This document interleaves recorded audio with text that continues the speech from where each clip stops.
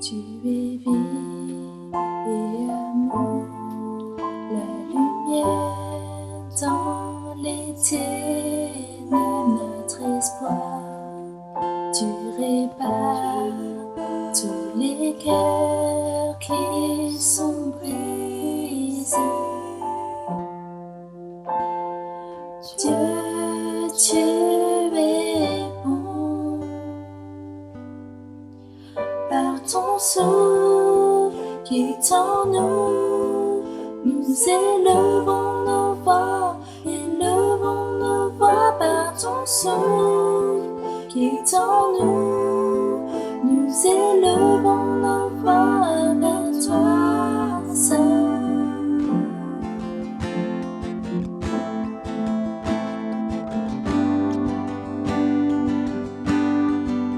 Tu es vie et amour, la lumière dans les ténèbres, notre espoir.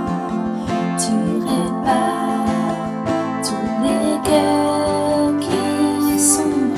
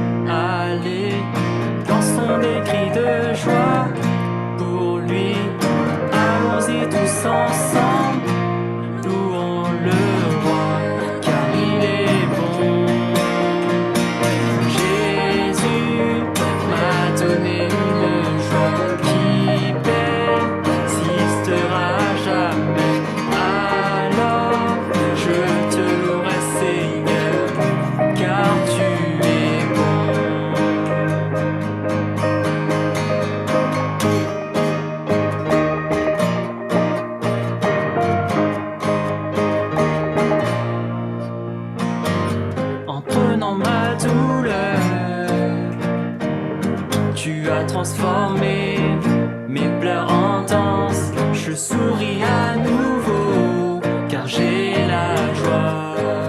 Oh, oh. Ensemble faisons la fête.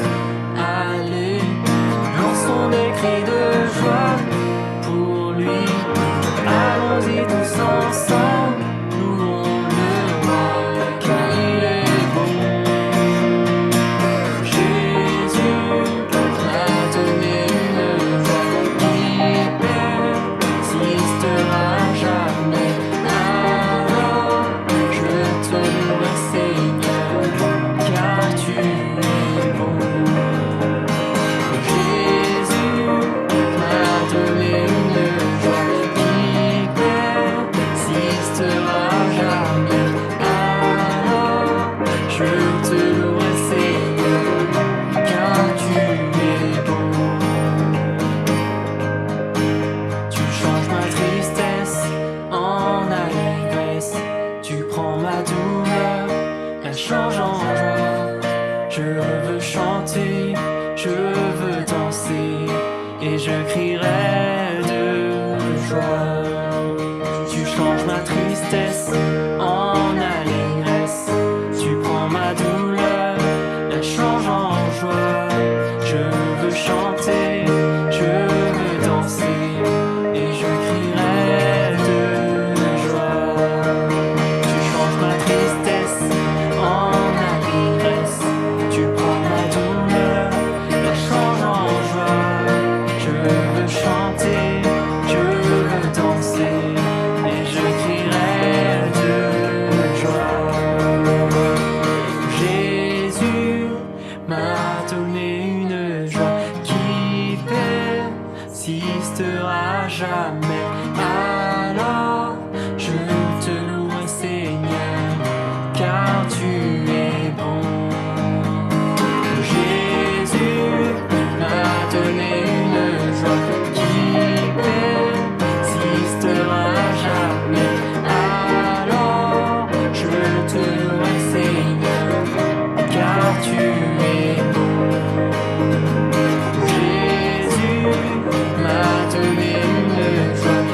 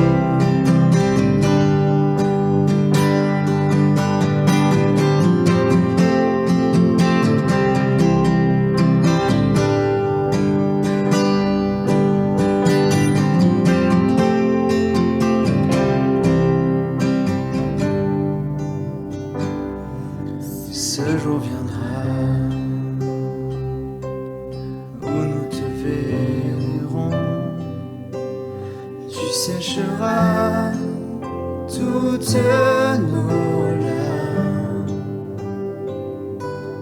à tes côtés pour l'éternité.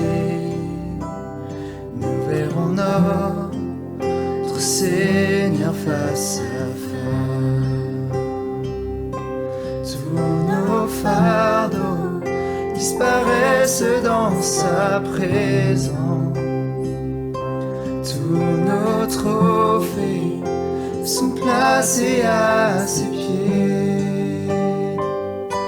Il y a un nom bien au-dessus de tout nom, Jésus-Christ, le Seigneur des Seigneurs.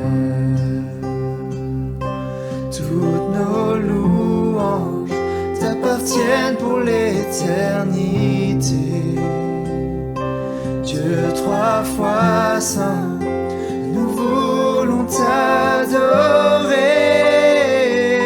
À toi le nom qui surpasse tout autre nom, Jésus-Christ, le Seigneur des Seigneurs. Jésus-Christ, le Seigneur des Seigneurs.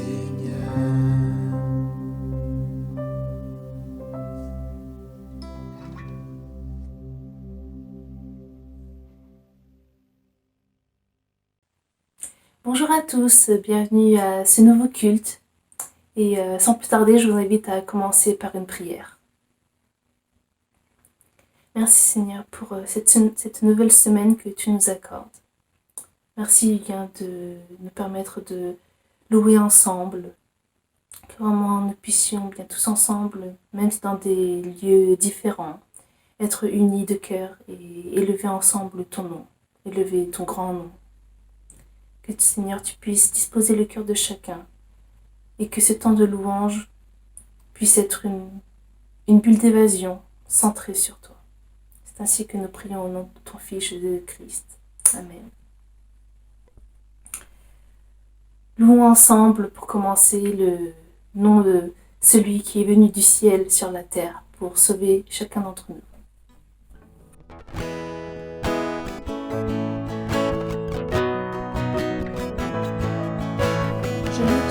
Je loue ton nom éternel. Seigneur, je célèbre ta bonté. Quelle joie tu vis en moi. Quelle joie tu viens pour nous sauver. Non, je loue ton nom. Je loue ton nom éternel. Seigneur, je célèbre ta bonté. Quelle joie tu vis en moi. Quelle joie tu viens pour nous sauver. Tu viens du ciel.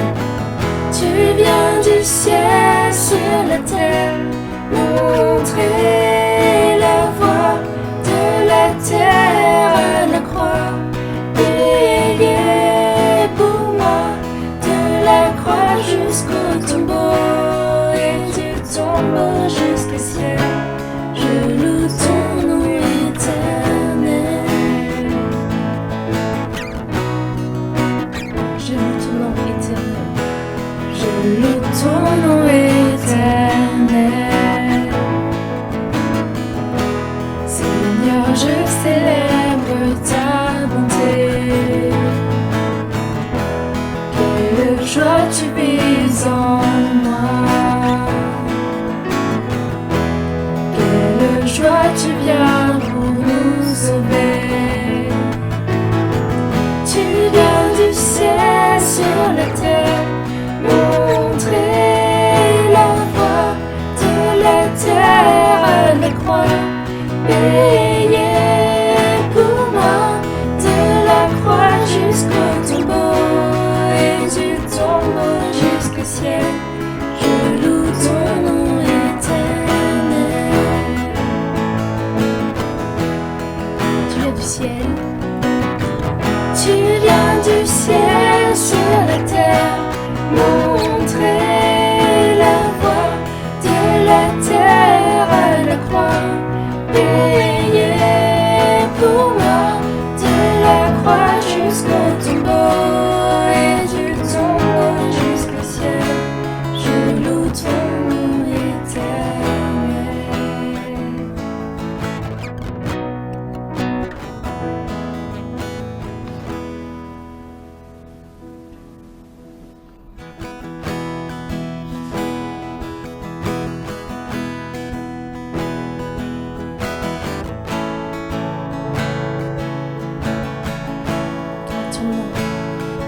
ton nom.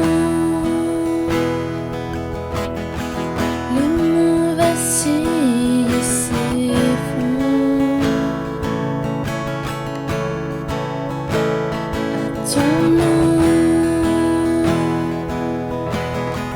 Les flots s'agitent, les mers rompent à ton nom. Les anges s'inclinent, la terre se réjouit, ton peuple s'écrie. Seigneur de la terre, Seigneur de la terre, nous exaltons ton grand nom, remplissons le ciel de nos louanges, Yahweh, Yahweh, nous aimons proclamer ton nom. À ton nom le jour s'éveille, le jour s'éveille dans la gloire. À ton nom, la nature dit ton histoire. À ton nom, les gens s'inclinent, la terre se réjouit, ton peuple s'écrie. Seigneur de la terre, Seigneur de la terre, nous exaltons ton grand nom, remplissons le ciel de nos louanges, Yahweh, Yahweh, nous aimons proclamer ton nom. Seigneur de la terre, Seigneur de la terre, nous exaltons ton grand nom, remplissons le ciel de nos louanges, Yahweh, Yahweh, nous aimons proclamer ton nom. Notre Dieu est sans égal, notre Dieu est sans égal, nous te louons, et Dieu est sans égal, nous chantons, notre Dieu est sans égal, nous te louons, Jésus notre Dieu, nous chantons,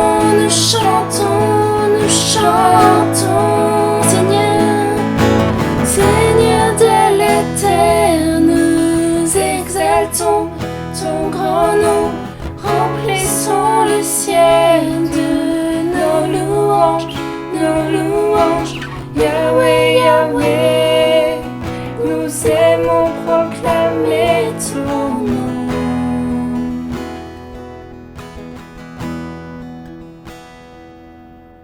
Continuons à louer ce Dieu dont les mots ne peuvent décrire à quel point il est grand.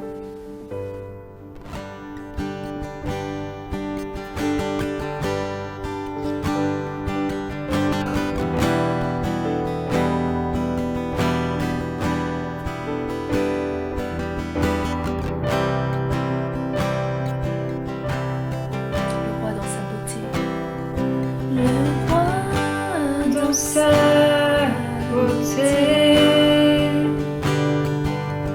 vêtu de majesté, la terre est dans la joie, la terre est dans la joie, sa gloire resplendit,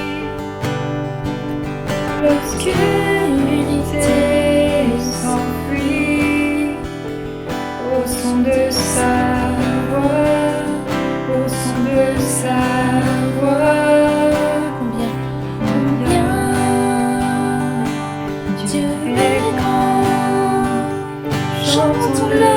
Combien Dieu est grand, et tous verront combien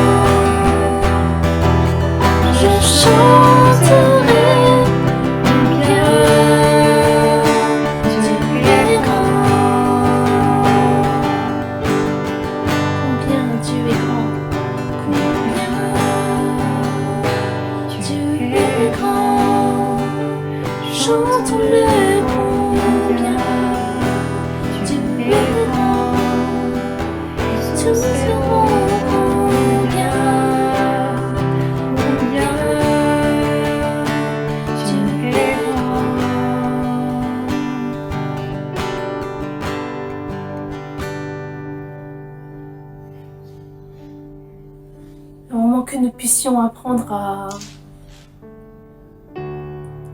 nous détacher des choses éphémères de ce monde et nous attacher à Dieu, cette lumière dont la seule richesse est inébranlable.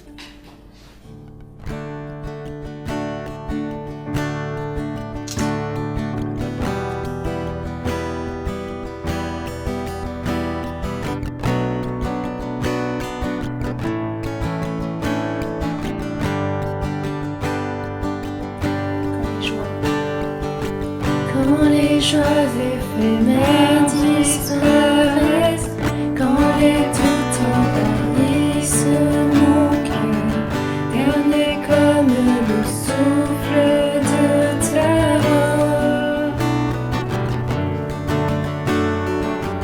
Les honneurs d'ici-bas ne sont rien, les richesses ne sont qu'illusions. Tu es le seul à me combler vraiment, caché dans ta lumière, ravi par ton regard, je deviens qui je suis en toi, approuvé par le ciel, couvert de ton amour, ta splendeur se révèle en moi. Peu importe le mépris du monde, ta bonté va au-delà des mots. Je sais qu'en toi mon chemin est tracé. J'abandonne ma vie à tes pieds, ton esprit crée mon identité, afin de refléter ta majesté. Caché dans ta lumière, ravi par ton regard, je deviens qui je suis en toi, approuvé par le ciel, couvert de ton amour, ta splendeur se révèle en moi. Fasciné, fasciné par ton humilité, emporté par ton cœur, captivé par ta grâce infinie, je vivrai pour t'aimer, caché dans ta lumière, ravi par ton regard, je deviens qui je suis en toi, approuvé par le ciel, couvert de ton amour, ta splendeur se révèle en moi.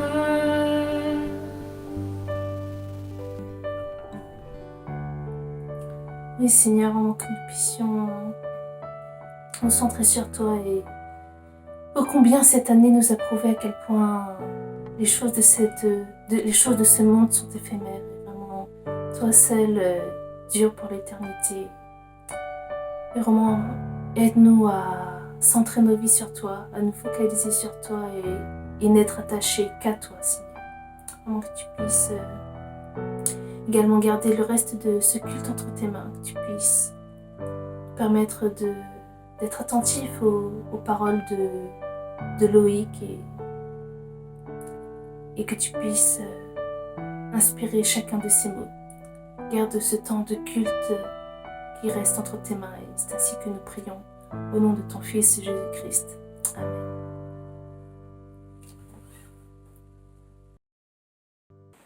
Merci Marilyn et à l'équipe Louange de nous avoir menés dans l'adoration. J'ai quelques annonces concernant les événements de la vie de l'Église à vous faire passer. Tout d'abord, nous avons, comme d'habitude, les lundis soirs, la réunion de prière de 21h à 22h sur Zoom.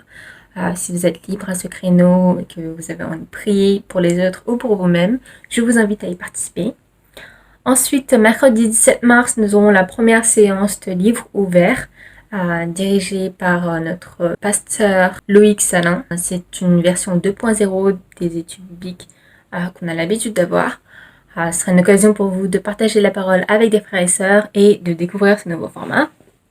Ensuite, vendredi 19 mars, un chant sera publié sur la chaîne YouTube de l'Église.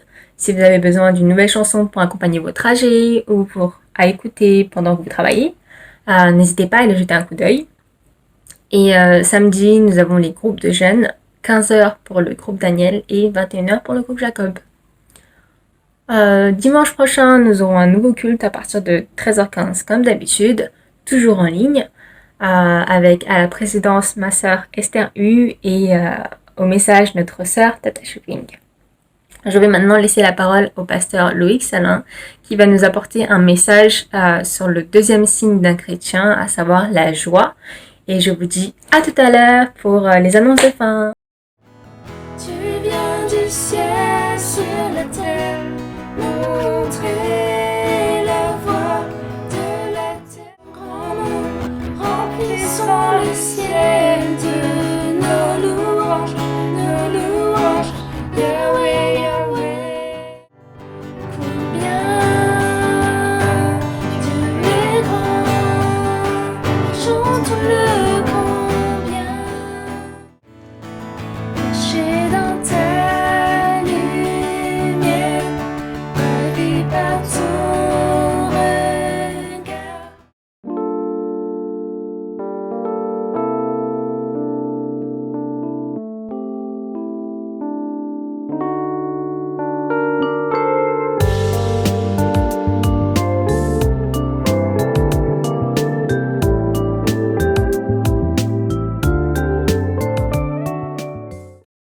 Salut Église de Belleville, j'espère que vous allez bien, c'est une joie et un privilège d'être avec vous cet après-midi. Cet après-midi, on va continuer cette série sur l'identité du chrétien. Qui suis-je ? Et le thème aujourd'hui, alors que vous avez vu le thème la semaine dernière avec le pasteur Diadia sur l'amour, nous allons voir le sujet de la joie. La joie qui doit nous caractériser en tant que chrétiens. Et quelle bonne période pour parler de ça, n'est-ce pas? Parce que je crois qu'on vit la période la plus joyeuse de notre existence. Couvre-feu, pandémie mondiale, bref, tout ça. Mais blague à part, je crois justement que c'est le moment de pouvoir voir ce que dit la Bible par rapport à la joie qui doit nous caractériser. La joie doit faire partie de notre identité en tant que chrétien. Et justement, je crois que cette pandémie, ce moment un peu sombre de l'histoire que nous vivons, qui a un impact sur la santé mentale de chacun, on doit justement ouvrir la Bible et voir ce que dit la Bible à propos de la joie qui doit nous caractériser. Vous savez, je pense que si on doit définir la période dans laquelle on est, le mot joie, honnêtement, chrétien et non chrétien, ce serait pas le mot qu'on mettrait en haut de la pile. En tout cas pour la plupart des personnes. On vit dans une période qui est compliquée. Le virus du Covid a eu un impact évidemment sur la santé physique. On vit dans un temps de pandémie mondiale, mais également sur la santé mentale de de beaucoup d'individus. On a vu du coup les statistiques exploser au niveau des dépressions, même au niveau des crises relationnelles. Les divorces ont explosé aussi pendant le premier confinement. Bref, le Covid n'a pas eu un impact que dans notre santé physique, mais également dans la santé mentale, je pense de manière globale en réalité. Chacun évidemment à différentes échelles, mais tous on a été affectés par la période dans laquelle nous vivons et que nous traversons encore actuellement. Vous savez, quand on voit les statistiques du coup sur le nombre de divorces dans le premier confinement, c'est juste hallucinant. On parlait de ça avec mon épouse il y a quelques temps et elle disait j'ai l'impression même que ce confinement a permis que certains apprennent le prénom de leurs enfants. Autrement dit, en fin de compte avant, chacun était dans sa vie et ne se calculait pas. Et donc du coup ça a pu avoir un impact positif pour certaines familles, pour certains couples, mais certains ça a eu un impact négatif. Et à titre personnel, pas moi-même, mais du coup chacun à titre personnel, je pense que le Covid a affecté la santé mentale de chacun. Nous vivons du coup un temps où nous sommes coupés les uns des autres, où nous sommes coupés de notre vie sociale, de notre routine habituelle, et ça a eu un impact évidemment sur le moral de chaque personne. C'est pour ça la joie n'est pas ce que chacun exprime actuellement, ok? On voit pas les sujets lorsqu'on allume la télé, il y a rien de joyeux. On voit en fin de compte la résonance de toute cette pandémie sur la santé mentale mondiale. Et il y a une amie qui a mis ceci en story, et je voulais vous le lire, parce que ça illustre bien mon propos. À la fin de cette crise sanitaire, on pourra se répartir entre plusieurs équipes. Les alcooliques, les dépressifs, les addicts du sport à la maison ou du ménage et les sociopathes. Certains comme moi cumuleront le tout. Donc ça m'a fait beaucoup rire quand j'ai vu ça. Mais en tout cas, voilà, ça relève une réalité que la crise sanitaire de laquelle nous vivons a un impact sur la santé mondiale, mentale. Alors, du coup, le chrétien lambda, le chrétien basique que peut-être nous sommes, répondrait « Oui, mais nous, ça nous concerne pas en tant que chrétiens. » Et en théorie, il aurait raison. Okay. En théorie, la joie de l'Éternel doit être notre force. C'est la Bible qui le dit, la joie est un des fruits de l'esprit. Nous devons être joyeux en tant que chrétiens.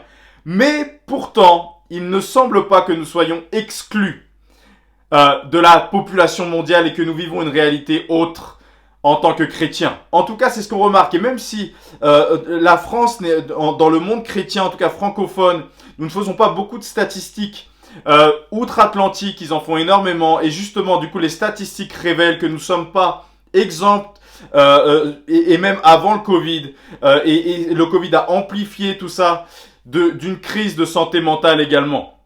Je voulais juste vous lire, et du coup ça ne concerne pas les chrétiens en règle générale, mais ça concerne les pasteurs. Aux États-Unis, il y a eu des statistiques qui ont été faites et qui sont absolument dramatiques, qui relèvent justement ce contraste entre la joie que nous devons vivre, qui doit être notre caractéristique en tant que chrétiens, et la réalité. Voilà, donc les stats des pasteurs aux USA, 75% des pasteurs disent être extrêmement stressés ou hautement stressés. 80% des pasteurs ne restent pas dans le ministère plus de 10 ans. Et une infime portion d'entre eux feront une longue carrière. 90% des pasteurs se sentent fatigués et ont des coups de fatigue lourds chaque semaine. 70% des pasteurs ont un combat constant contre la dépression. 38% des pasteurs sont divorcés ou en instance de divorce. Quelle statistique dramatique! Quelle statistique qui relève la crise de santé mentale que nous vivons également dans le corps de Christ. Vous savez, il y a un principe dans les Écritures, je frapperai le berger et les brebis seront dispersées. Et je crois que c'est juste le reflet de ce qui impacte également le corps de Christ dans sa globalité, l'Église mondiale. Et c'est pour ça que nous devons être alertes. Tout ça démontre au final que peut-être nous avons failli quelque part. Peut-être si nous ne vivons pas cette joie qui doit être caractéristique de notre foi, de notre identité en tant que chrétien, parce que nous avons eu des manquements dans certains domaines. Et c'est à prendre du coup vraiment au sérieux, c'est à prendre en considération. C'est pour ça que cette période, je crois que c'est le meilleur moment, et je suis très honoré de prêcher ce message aujourd'hui pour parler de la joie qui doit nous caractériser en tant que chrétiens. La joie est une caractéristique du chrétien, ou devrait l'être du moins. Vous savez, la Bible nous dit que voilà, la joie de l'Éternel sera votre force. La joie est un des fruits de l'esprit. Mais est-ce que honnêtement, et là on a parlé un petit peu de la santé mentale globale, on a parlé de la santé mentale des pasteurs, du coup des statistiques qui ont été faites, du moins dans des églises aux États-Unis. Mais honnêtement, est-ce que nous vivons, est-ce que tu vis, est-ce que je vis cette joie que nous sommes appelés à vivre en tant que chrétiens? Est-ce que nous la vivons pleinement? Est-ce que si je demandais dans ton entourage, qu'est-ce qui te correspond? Est-ce que la personne me répondrait la joie dans les caractéristiques qui te donnerait. Est-ce que tu es joyeux? C'est vraiment du coup quelque chose à se demander. Est-ce que nous vivons cette réalité-là? Est-ce que nous vivons la joie du Seigneur? Philippiens chapitre 4 verset 4 nous dit « Réjouissez-vous toujours dans le Seigneur. Je le répète, réjouissez-vous. » La joie est centrale dans les Écritures. Partout dans les Écritures, vous trouverez ce thème de la joie. C'est un des thèmes qui ressort dans cette lettre aux Philippiens. C'est ce thème de la joie. C'est pas le thème principal, mais en tout cas, c'est un thème qui est récurrent. Et c'est pour ça que je t'encourage à te connecter mercredi soir. Nous allons voir ça plus en profondeur. Donc connecte-toi. Je fais la promo ici ce dimanche pour ce mercredi soir. Vraiment connecte-toi. On va voir au travers de la lettre aux Philippiens, de Paul aux Philippiens, ce thème de la joie. On va plonger plus en profondeur mercredi soir. Mais en tout cas, juste pour mettre en contexte, Paul écrit aux chrétiens de Philippe, aux Philippiens, il est en prison. Ok, il vit un confinement forcé, mais beaucoup moins confortable que ce qu'on vit. Ok, donc il n'y a pas Netflix, il n'y a pas Amazon, bref, tout ça n'existe pas. Ok, il est en fait derrière les barreaux, il écrit en prison. Il va même parler dans son épître des souffrances de sa détention. Il était dans une détresse physique, une détresse matérielle. Il était également dans l'adversité. Il va parler des opposants à l'évangile. Et il était dans une détresse quelque part aussi, en fait, une affectation relationnelle parce qu'il avait un amour profond pour les Philippiens.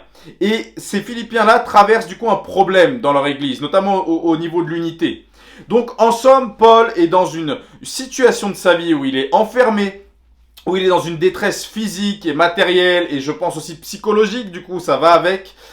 Opposition, adversité, soucis chez des gens qui lui sont chers. Et autrement dit, en fin de compte, en somme, aucune raison de se réjouir. Aucune raison de vivre un état de joie. Aucune. Je crois qu'on est d'accord par rapport à ça. Mais l'apôtre Paul n'a aucune raison humaine de se réjouir. Et pourtant, dans ce tableau sombre qu'il vit, il y a une touche de couleur qui va ressortir dans cette épître, c'est la joie. Et Paul, du coup, arrive justement au chapitre 4 et au verset 4 et va dire ceci aux Philippiens. Réjouissez-vous toujours dans le Seigneur. Je le répète, réjouissez-vous. Il appelle les Philippiens à se réjouir. Et on voit aussi que non seulement il va les appeler à se réjouir, mais la recommandation ou le commandement, vous le verrez comme vous voulez qu'il leur fait, Paul va se l'appliquer également à lui-même. Il va pas leur dire, ok, réjouissez-vous, moi je suis en galère, mais vous pouvez vous réjouir, allez-y, réjouissez-vous. Non. Paul vit cette joie-là, même dans cette situation sombre. On voit au chapitre 2, verset 18, vous aussi soyez de même heureux et réjouissez-vous avec moi. Philippiens 1, verset 18 également, Christ est annoncé, je m'en réjouis et je m'en réjouirai encore. Paul se réjouit. Malgré la situation catastrophique dans laquelle il est, malgré le tableau sombre, le chapitre de sa vie, aussi sombre qu'il soit, Paul se réjouit. Et je crois que ça doit nous interpeller en fait cet après-midi. Paul est en train de se réjouir, il commande de se réjouir, il fait cette exhortation-là, mais lui-même se réjouit. Et Paul est donc un exemple frappant d'une personne qui vit la joie dans une période sombre. Comment est-ce qu'il pouvait être joyeux? Et Paul, du coup, au travers de cette lettre, va donner une clé pour nous en tant que chrétiens. Une clé d'ailleurs qu'on va trouver partout dans les Écritures. C'est pas que dans l'Épître aux Philippiens, mais c'est une clé que nous devons saisir et que j'aimerais te transmettre aujourd'hui par rapport à la joie qui doit nous caractériser. La joie doit dépendre non des circonstances fluctuantes de nos vies, mais de la stabilité constante de Christ qui est le rocher sur lequel reposent nos vies. Je vais le répéter. La joie doit dépendre non des circonstances fluctuantes de nos vies, mais de la stabilité constante de Christ qui est le rocher sur lequel reposent nos vies. C'est la raison pour laquelle, même en dépit des circonstances dramatiques, désastreuses que l'apôtre Paul était en train de traverser au moment où il écrit sa lettre, il pouvait être non seulement dans un état de joie et également encourager les autres à l'être et se réjouir dans le Seigneur. Et ça nous révèle quelque chose au final, c'est que tout est une question de source. De la source où je vais puiser ma joie va dépendre de la stabilité de celle-ci. Si Paul avait placé sa joie dans les circonstances, alors en effet, à ce moment-là, il n'y avait aucune chance qu'il éprouve cette joie-là, qu'il vive cette joie-là. Mais parce que sa joie était en Christ, était en lui, alors il pouvait être profondément joyeux dans cette période sombre. Et on peut saisir ça, enfin, au final, quand on regarde aussi au contexte général de la lettre de Paul aux Philippiens, qu'on va revoir mercredi, je t'encourage vraiment à te connecter. Du coup, le Philippiens 1, verset 27, c'est un des versets clés de cette épître. Paul écrit au final aux Philippiens pour les encourager à combattre, à se battre pour l'évangile. Il les encourage quelque part à revoir leurs priorités, à ne pas focaliser sur des broutilles, mais revoir leurs priorités. Mettre le royaume de Dieu en priorité. Faites du royaume de Dieu votre priorité première et toutes ces choses vous seront données par-dessus. Le message au final de la lettre de Paul aux Philippiens, c'est également qu'on puisse revoir nos priorités. Qu'on puisse mettre ou remettre Christ à la première place dans notre vie. Notre joie dépend de la source dans laquelle on la puise. Notre joie dépend de nos priorités. C'est ce que nous allons prioriser dans nos vies qui va amener et faire découler la joie dans celle-ci. Si nos priorités sont mauvaises, notre joie va être directement reliée à ces mauvaises priorités. Et par conséquent, notre joie va fluctuer en fonction de ces mauvaises priorités à laquelle nous aurons relié celle-ci. Si par exemple ma priorité dans ma vie c'est de faire de l'argent, alors ma joie va être directement reliée aux entrées d'argent sur mon compte en banque ou aux sorties. Si je fais un bon chiffre d'affaires, si mon salaire me convient, si je réalise les objectifs financiers que je me suis fixés, alors du coup ma joie va être à son max. Par contre, si on vit un temps de crise comme nous vivons actuellement là, un temps de crise financière, un temps de disette, alors ma joie va tomber au plus bas. Ma joie va être directement reliée à ce que je mets en priorité dans ma vie. Si ma joie fluctue de manière constante, c'est que peut-être je n'ai pas accroché ma joie au bon endroit. Si je suis juste en train de courir après le succès, après les likes sur Instagram ou les personnes qui me suivent, le jour où je vais avoir un peu moins de personnes qui me suivent, si ma joie est reliée à ça, alors ma joie va partir avec ces personnes-là. Faisons attention à là où nous mettons, où nous puisons la source de notre joie. Si nous plaçons notre joie dans quelque chose qui fluctue, dans quelque chose qui est fluctuant, qui est éphémère, qui est fragile, alors le jour où cette chose passe, où cette chose varie, où cette chose est moins bonne que ce que j'espérais, alors ma joie, va varier également. Mais si à l'inverse, si notre joie est placée dans quelque chose d'éternel, dans quelque chose de solide, dans quelque chose qui ne varie pas, alors nous aurons l'assurance que notre joie pourra être constante malgré les situations difficiles que nous pourrons traverser dans nos vies. Notre joie doit donc être placée en celui en qui il n'existe aucun nombre de variations, nous dit la parole de Dieu en Jacques. Notre joie doit être placée en lui. La joie de Paul était en Christ. C'est pour ça même qu'il va maximiser cette recommandation qu'il nous fait. Il ne va pas dire « réjouissez-vous toujours ». Il va apporter une précision qui va changer cette recommandation. Réjouissez-vous toujours dans le Seigneur. Et je crois que c'est ce que nous sommes appelés à faire en tant que chrétiens. Cette crise que nous vivons, la crise cette pandémie mondiale a fait et fait encore remonter tellement de choses en nous, tellement de choses dans les sociétés, tellement de choses dans les églises, tellement de choses. Au final, c'est en train de faire remonter tellement de choses. Et je crois que du coup, dans tout ce qui est en train de se passer, ça doit nous amener à une meilleure priorisation de nos vies. Et également aussi un bon réajustement en tant qu'Église. Et d'ailleurs, du coup, je trouve que ce que vous faites cette année, c'est juste incroyable. Du coup, cette série que vous faites sur un an et tout ce que font vos leaders, vous êtes en train de mettre le focus sur les bonnes choses, la parole de Dieu. C'est juste excellent et on en reparlera aussi un petit peu mercredi soir. Mais la priorisation est fondamentale. Et de cette priorisation de nos vies, également aussi dans nos églises, la priorisation va amener la focalisation. En priorisant nos vies, nous focalisons sur les bonnes choses. Et quand le malheur arrive, et malheureusement, il arrive, notre joie ne sera pas ébranlée. Vous savez, depuis la chute, en Genèse chapitre 3, depuis la chute en Éden, ce qui est sûr, malheureusement, c'est que personne n'échappe au malheur et à la tristesse. Le malheur, la tristesse s'attachent ou entachent nos vies. C'est une réalité. Nous traversons tous des temps de souffrance. Nous traversons tous une période de deuil, une période de maladie, une période de déchirure émotionnelle, une période de fracture relationnelle. Nous avons tous des moments comme ça dans nos vies. Et nous, chrétiens, nous ne sommes pas vaccinés. On parle beaucoup de vaccins en ce moment. Nous ne sommes pas vaccinés contre la souffrance. Nous ne sommes pas vaccinés contre ce que la chute a amené dans notre monde. Nous passons tous des temps compliqués.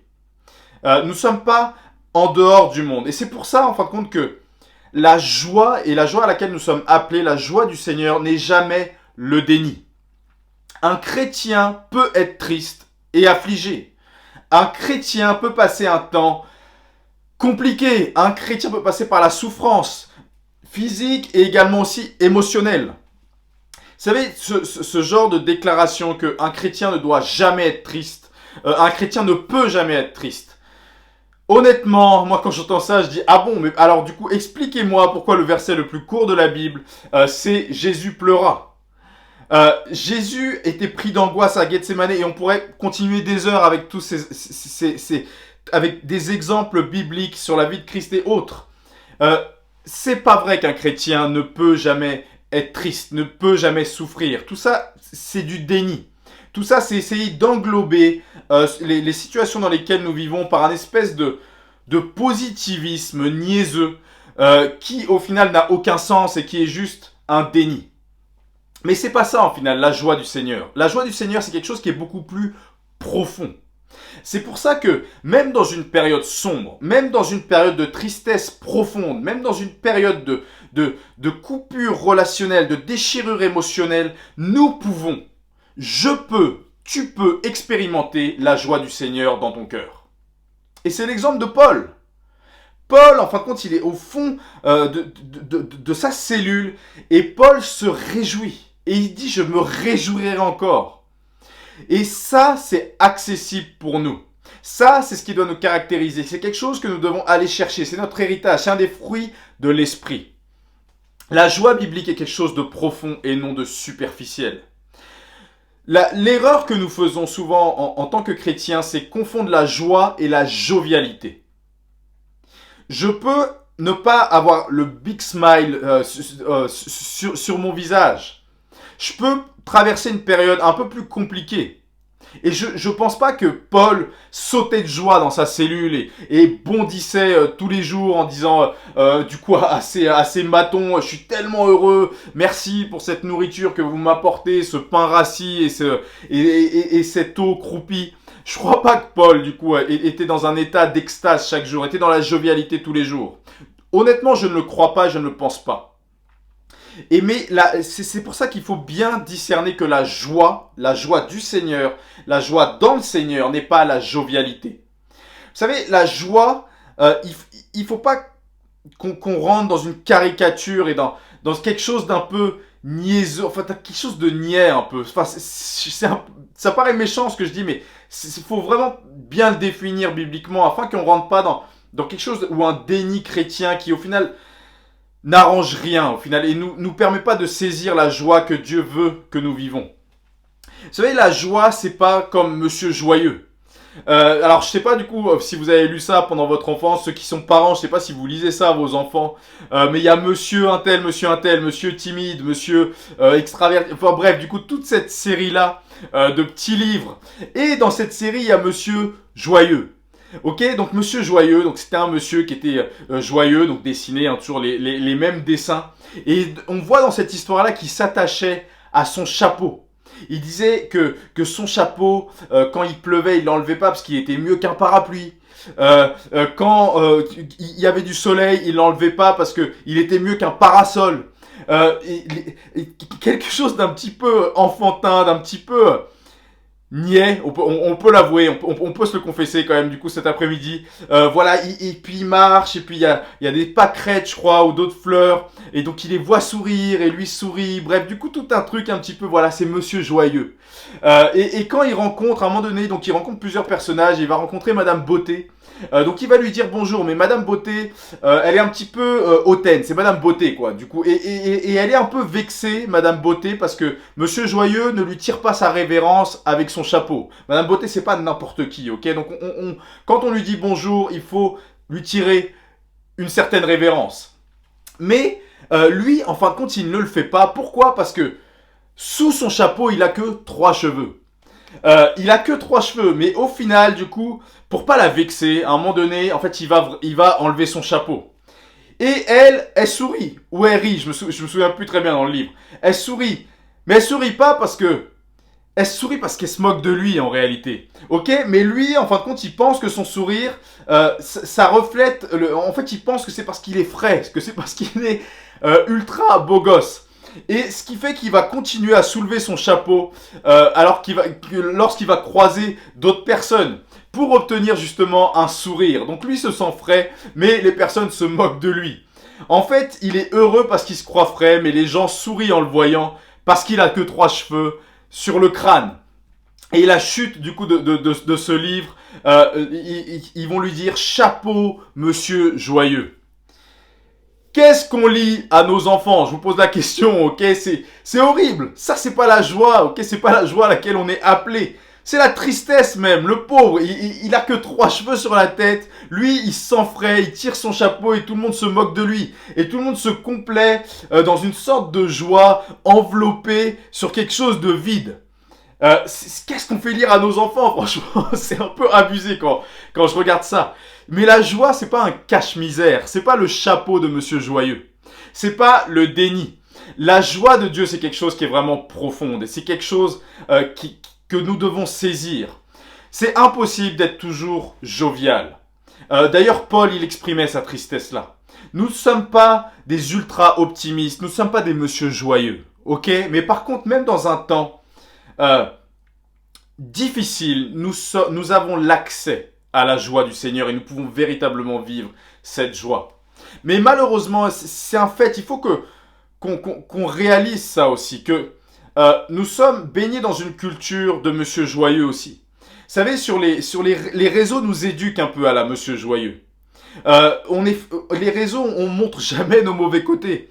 Vous savez, à un moment donné, je sais pas si vous vous souvenez, ça remonte à quelques années, il y avait la mode du no filter, no make-up, ok? Donc plusieurs filles postaient des photos sans filtre ni maquillage.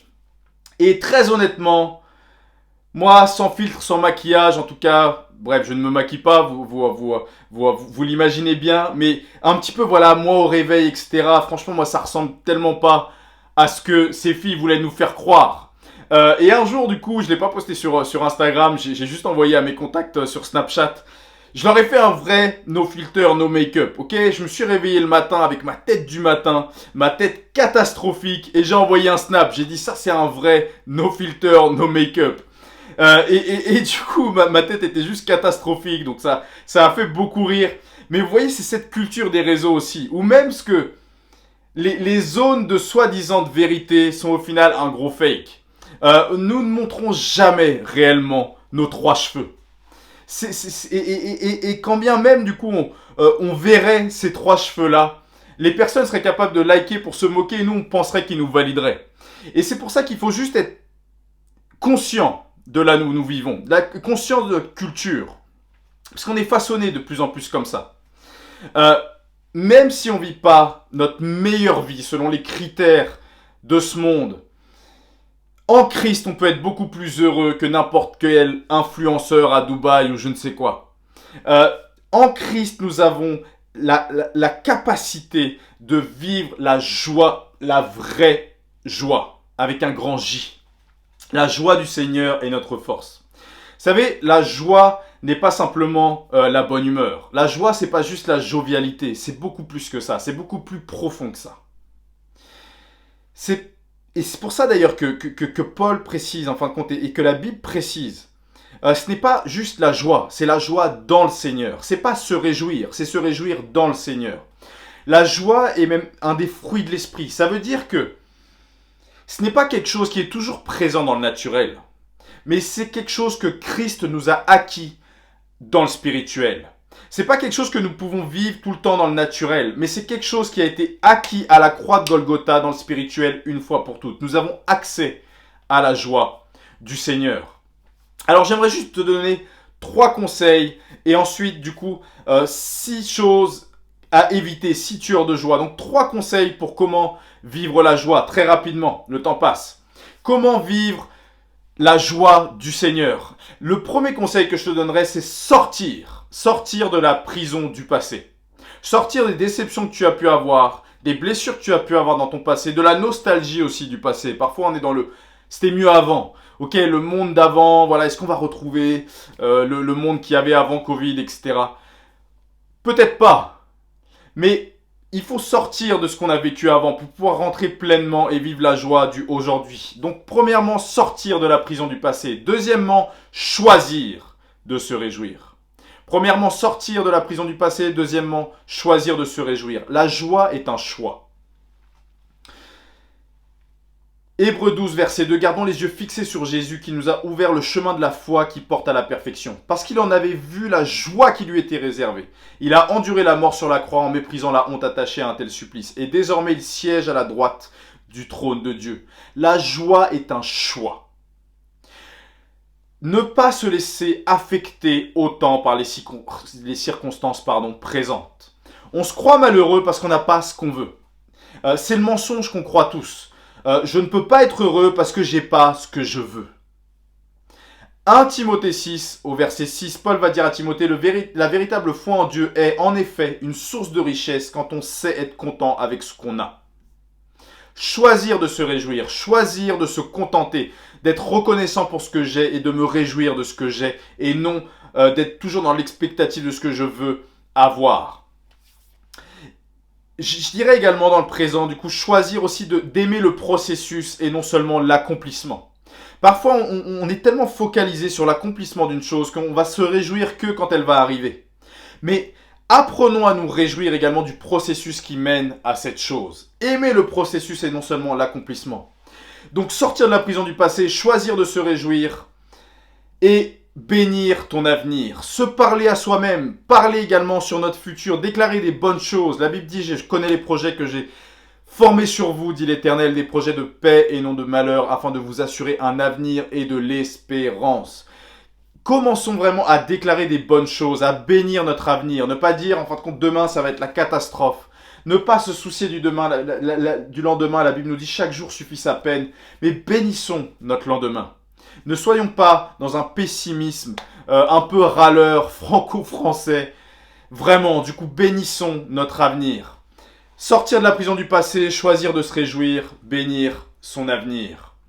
Et vraiment qu'on puisse réaliser que la joie dépend pas seulement des accomplissements, mais de ce qu'il a accompli pour nous. La joie n'est pas seulement dans ce que nous accomplissons, mais dans ce qu'il a accompli à la croix pour nous. L'épanouissement personnel n'est pas la joie de l'éternel, n'est pas l'éternelle joie aussi que nous sommes appelés à vivre. Okay, c'est une bonne chose, c'est une excellente chose, mais ça ne doit pas être le focus, la priorité de nos vies. Très rapidement, pour conclure, 6 tueurs de joie. Je vais te donner 6 tueurs de joie et je t'invite vraiment à les noter Et on verra mercredi soir les cultivateurs de joie. Mais si tueurs de joie, la comparaison premièrement, la comparaison. Nous vivons dans une société de compétition, dans une société de comparaison où on se compare sans cesse les uns avec les autres. La comparaison est un tueur de joie et un tueur de potentiel également. Deuxièmement, la recherche constante d'approbation. D'approbation à la mauvaise place, de vouloir toujours être validé par les uns, par les autres, de chercher l'approbation totale de tout le monde.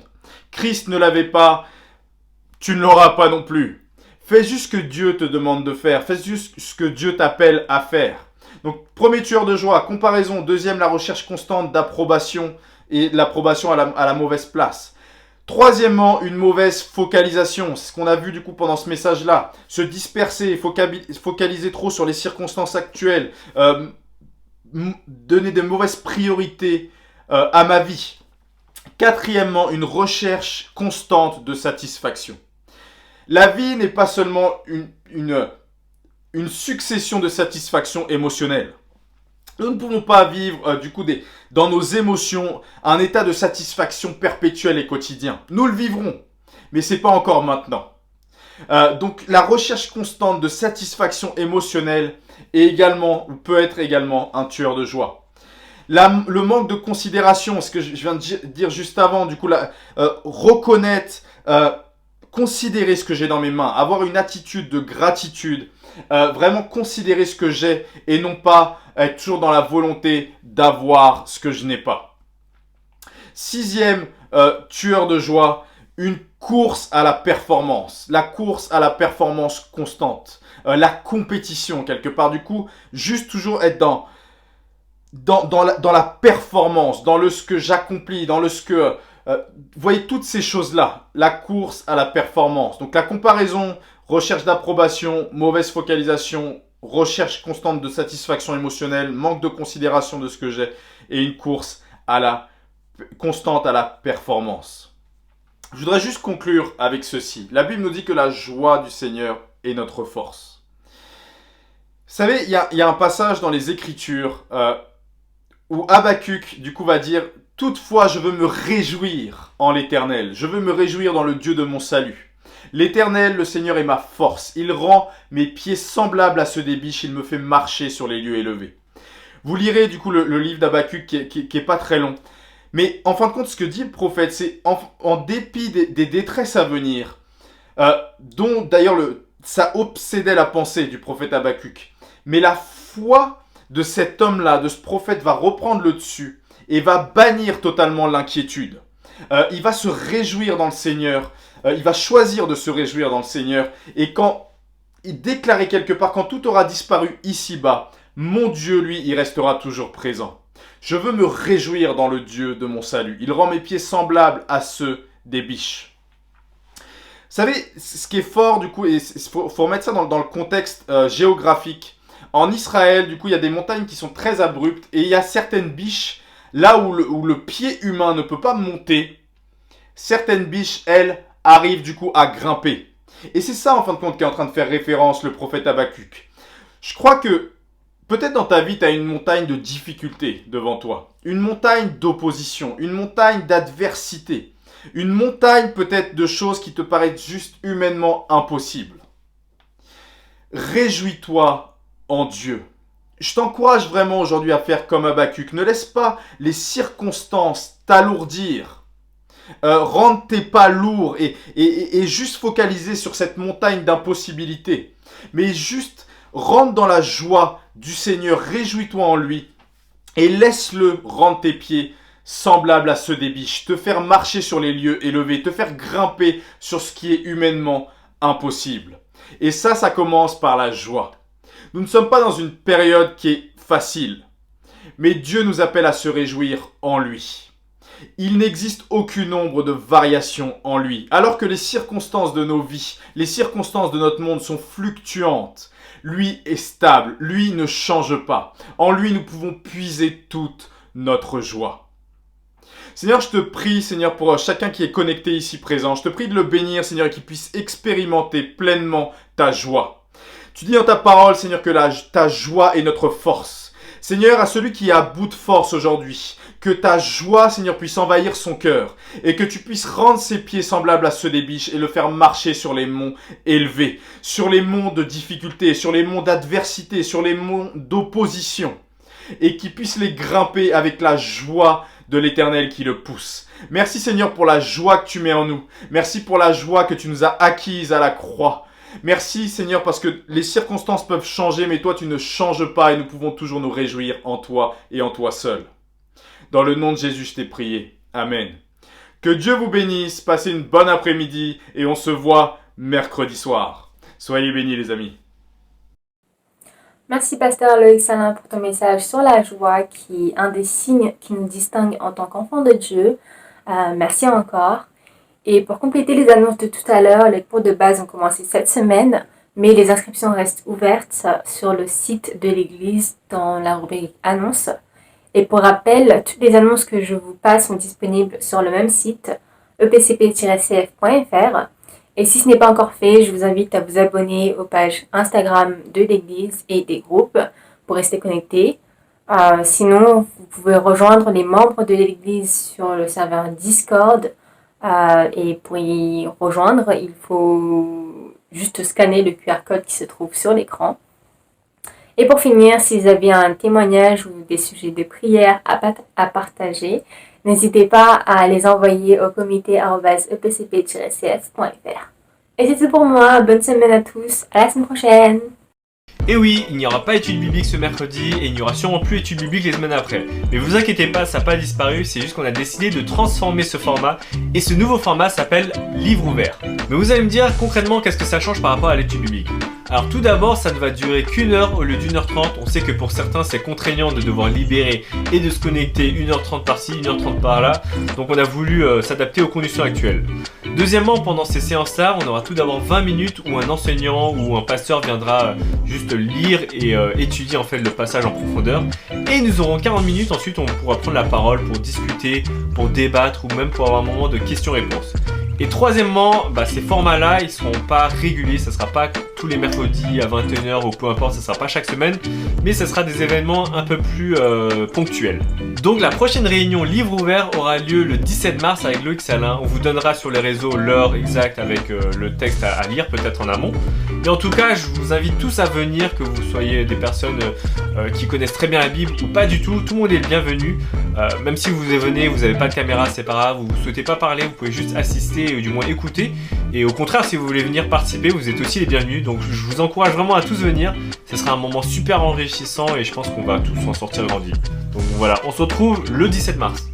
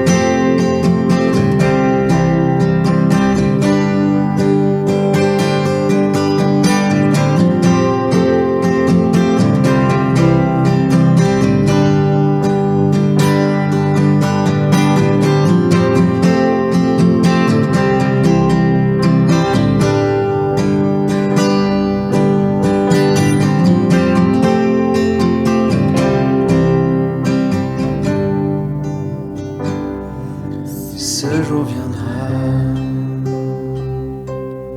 où nous te verrons. Tu sécheras toutes nos larmes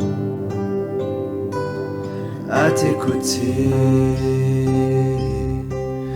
pour l'éternité. Nous verrons notre Seigneur face à face. Tous nos fardeaux disparaissent dans sa présence.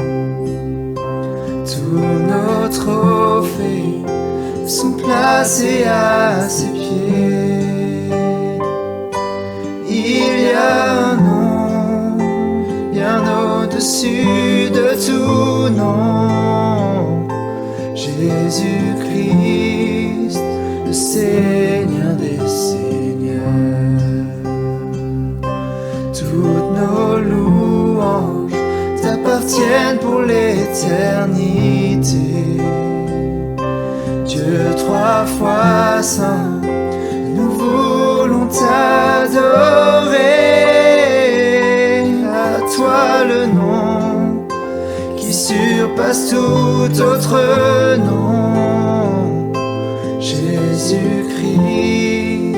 le Seigneur des Seigneurs. Jésus-Christ, le Seigneur des Seigneurs.